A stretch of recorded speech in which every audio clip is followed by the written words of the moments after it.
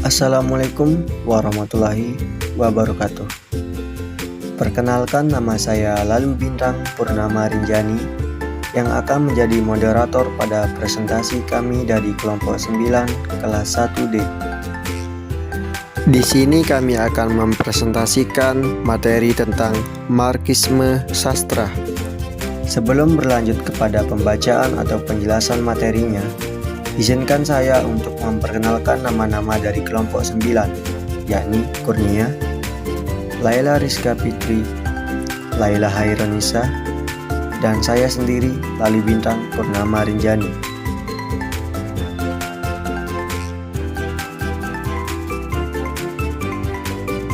Langsung saja kita ke penyampaian materinya.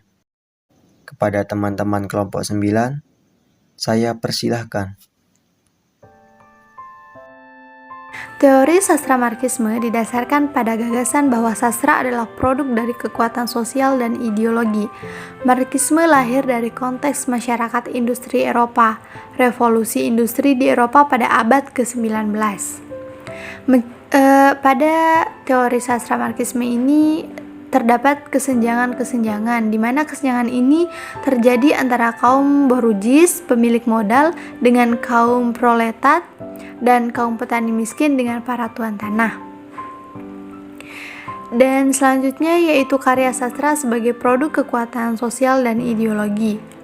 Konsep dan prinsip teori sastra Marxis secara umum berkaitan dengan yang pertama, bentuk materialisme dialektis yang isinya adalah bahwa materi karya sastra diambil dari realitas sosial yang secara fundamental memiliki asal dalam bentuk produksi. Yang kedua yaitu kekuatan sastra yang terletak pada sejauh mana ia dapat dipahami dalam kerangka yang lebih luas dari kehidupan masyarakat dan penciptanya. Dan yang terakhir yaitu reifikasi dalam dunia sastra yang membedakan antara bentuk sastra dan isi sastra, yaitu bentuk berkaitan dengan komoditas, yaitu karya dengan pembaca, sedangkan isi berkaitan dengan nilai penggunaan karya sastra dalam kehidupan sosial.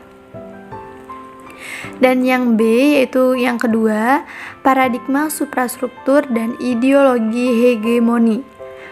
Teori sosial Marxis dimulai dengan paradigma suprastruktur, sedangkan infrastruktur mengacu pada modus hubungan produksi dan formasi kelas yang dihasilkan oleh suprastruktur. Selanjutnya, suprastruktur mengacu pada lembaga-lembaga budaya dan sosial serta tradisi yang mempromosikan dan memelihara ideologi tertentu dari kelas penguasa. Ideologi mengacu pada ide-ide dan keyakinan yang mengatur elemen suprastruktur sosial dan budaya. Ideologi, menurut Marx, biasanya dikatakan dengan ide-ide dan kepercayaan dari kelas yang berkuasa yang menguasai alat-alat produksi tersebut. Sejak Marx menggulirkan istilah ideologi, istilah ini telah mengalami sejumlah perbaikan dan komplikasi, terutama pada hubungan antara ideologi dan mode produksi. Tokoh-tokoh Marxisme dan konsep-konsep pemikirannya. Yang pertama, menurut Karl Heinrich Marx. Menurut Marx, ada 4 aspek utama yang membuat kita teraliensikan dari kerja kita di bawah kapitalisme, yakni yang pertama, alienasi dari produk terlihat pada pola pekerja yang memproduksi sebuah objek namun tidak berkuasa untuk menggunakan atau memiliki objek tersebut. Yang kedua, alienasi dari aktivitas produksi. Menurut Marx, pembagian kerja kapitalis yang secara tipikal telah membawa pekerja pada degradasi keahlian. Setiap individu direduksi hanya pada satu tugas yang repetitif dan tidak perlu memakai otak. Mereka tidak beda dengan mesin diprogram untuk membuat gerakan yang sama berulang-ulang. Yang ketiga, alienasi dari esensi soensi. Marx berpendapat bahwa di bawah kapitalisme mayoritas pekerja tidak dapat menikmati ciri-ciri khas manusiawinya. Mereka berproduksi setengah hari, mempertaruhkan seluruh kemampuan, didorong untuk dan dari bekerja. Bagi Marx, para pekerja baru merasa menjadi manusia ketika mereka tidak bekerja. Yang keempat, bekerja dengan jam kerja yang panjang. Para buruh sangat susah memperoleh waktu untuk berinteraksi dengan orang lain. Bahkan terkadang waktu untuk keluarga pun terdekusi oleh pekerjaan. Bahkan menurut Marx, mendapatkan uang kemudian pergi ke toko dan menghabiskannya pada titik ekstrem, mengarahkan kita menjadi masyarakat konsumtif. Misi Marx untuk mewujudkan masyarakat tanpa kelas merupakan gambaran praksisi dari ide dasar materialisme sosialisasinya. Sistem feodal yang tergantikan oleh sistem kapitalis telah membawa perubahan dalam struktur ekonomi dan sosial. Marx yakin suatu saat kapitalisme akan menemui kehancuran dan melahirkan sintesis komunis sebagai ideologi kekuatan baru masyarakat tanpa kelas.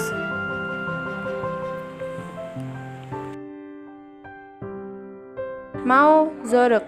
Mao banyak berpikir tentang materialisme dialektik yang menjadi dasar sosialisme dan penerapan gagasan-gagasan di dalam praktik. Konsep falsafat Mao yang terpenting adalah konflik. Menurutnya, konflik bersifat semesta dan absolut. Hal ini dalam proses perkembangan semua barang dan merasuki semua proses dari mula sampai akhir. Mao jadi berpendapat bahwa semua konflik bersifat semesta dan absolut. Jadi, dengan kata lain bersifat abadi. Konsep terdengar seperti sebuah dogma kepercayaan. Konsep Mao kedua yang terpenting adalah konsep mengenai pengetahuan yang juga diambil dari paham Marxisme. Mao berpendapat bahwa pengalaman ini sama dengan keterlibatan Mao membedakan dua jenis konflik, yaitu konflik antagonis dan konflik non-antagonis. Konflik antagonis adalah menurutnya hanya bisa dipecahkan dengan sebuah pertempuran saja. Menurut Mao, konflik antara para pembunuh dan pekerja dengan kaum kapitalis adalah sebuah konflik antagonis. Kedua, yaitu konflik non-antagonis, yaitu konflik yang bisa dipecahkan dengan sebuah diskusi. Erik Seligman Fromm percaya bahwa kebebasan adalah salah satu aspek sifat manusia, bahwa kita dapat menerima atau melarikan diri. Contoh penerapan Marxisme dalam karya sastra, analisis puisi. Penyair mengekspresikan pemahaman yang puitis atas persoalan kehidupan manusia dalam bidang politik, ekonomi, sosial, pendidikan, dan kebudayaan.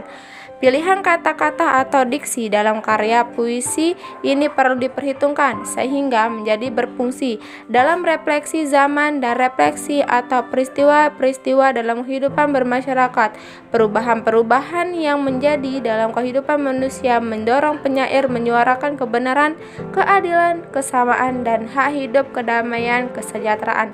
Karya sastra yang berupa puisi ini sebagai alat untuk menyampaikan aspirasi ketika hukum tidak mampu lagi ditegakkan.